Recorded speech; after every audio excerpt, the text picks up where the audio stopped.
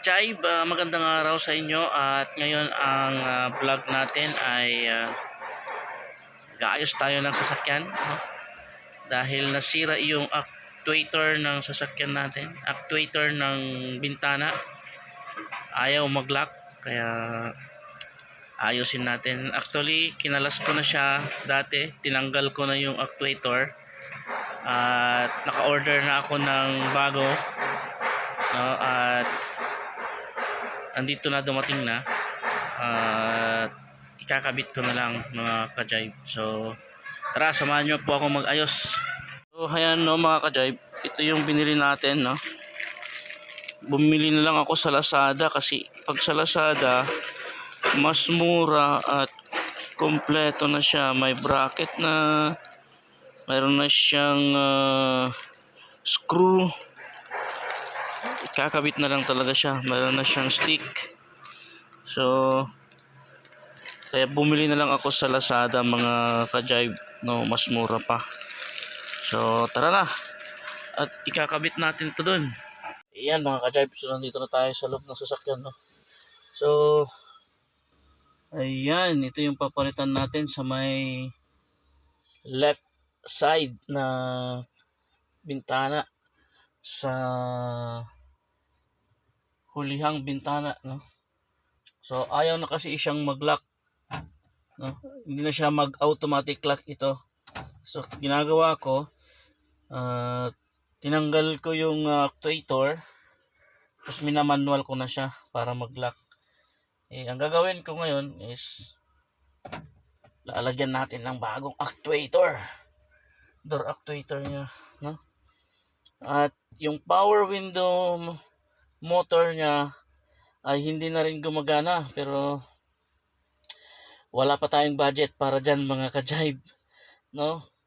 So mahal-mahal din yun, mahigit 1K din, kaya tiis-tiis muna, no?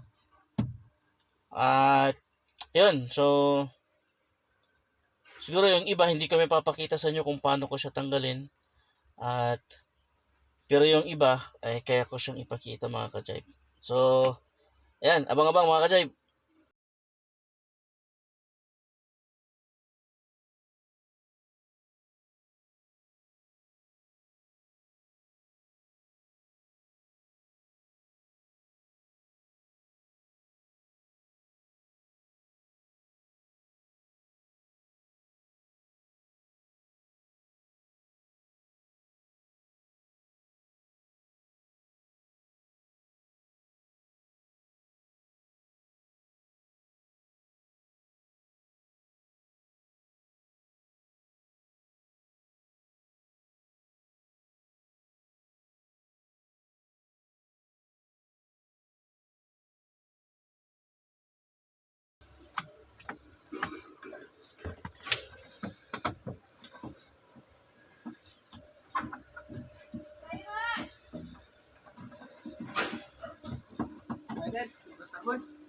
Ha?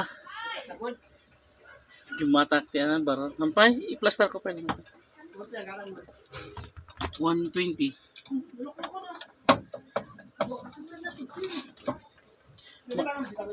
Lazada. Lazada. Lazada.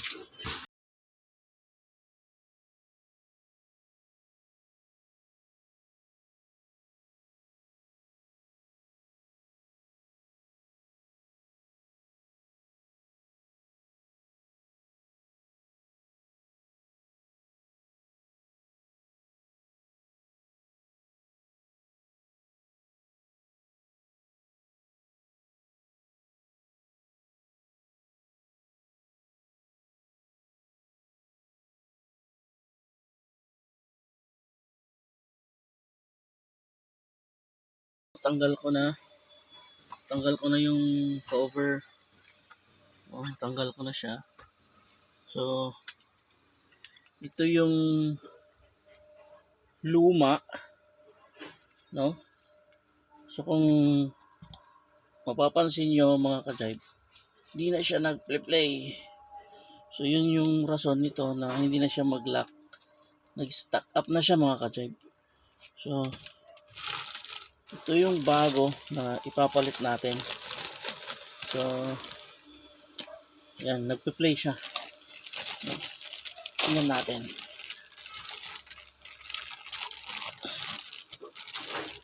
Tingnan natin mga ka-jive. Yan. So, ayan. No? Ito. Ayan. So, nagpe-play siya mga ka-jive. So, okay to.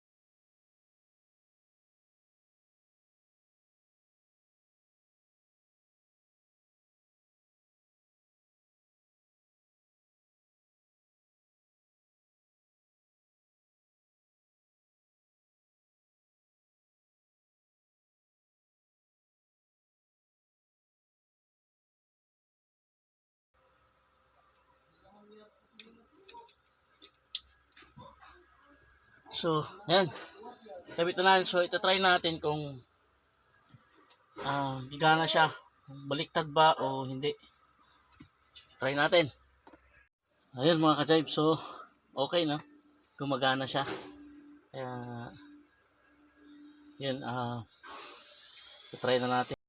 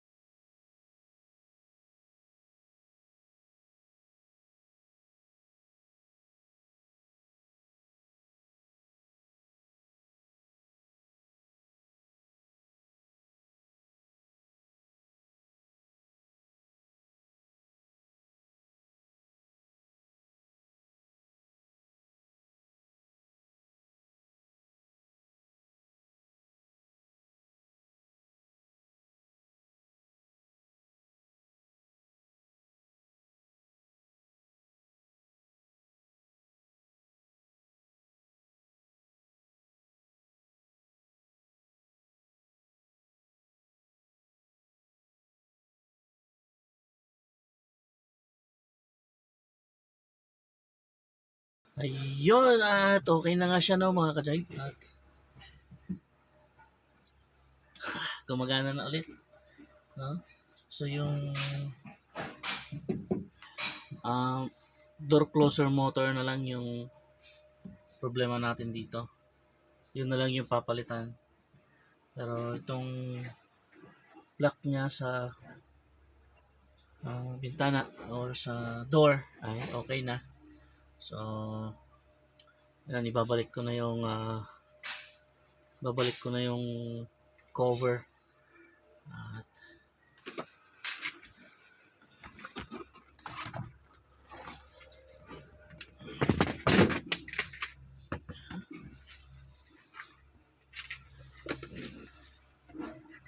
babalik na natin to.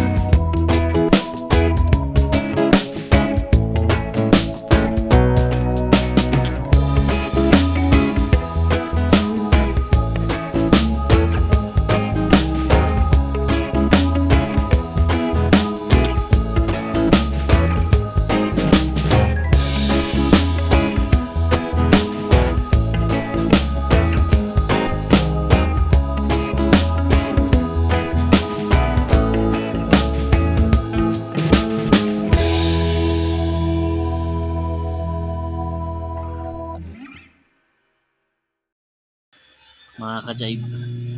So ngayon mga ka-jive, hanggang dito na lang yung ating vlog sa oras na to, no? At ito nga yung aking gustong ipakita sa inyo, na kung paano ko siya palitan, no? So simple lang naman siya, hindi naman siya masyadong mahirap. Tatanggalin mo lang, tapos babalik mo lang din. Kung alam mo siyang ibalik, madali lang. So sana makatulong din sa iba, no? Yung o may matutunan din yung iba sa akin, dahil ako din ay natuto din sa mga napanood ko din sa YouTube. So maraming salamat mga ka-jive sa panonood, at ganoon din sa pagsubaybay at sa suporta ninyo. At kung napadaan ka sa aking channel ay huwag kalimutang mag-like, mag-subscribe, at paki-share na din po pagkatapos panoodin. So maraming salamat mga ka-jive, at ingat po kayo palagi.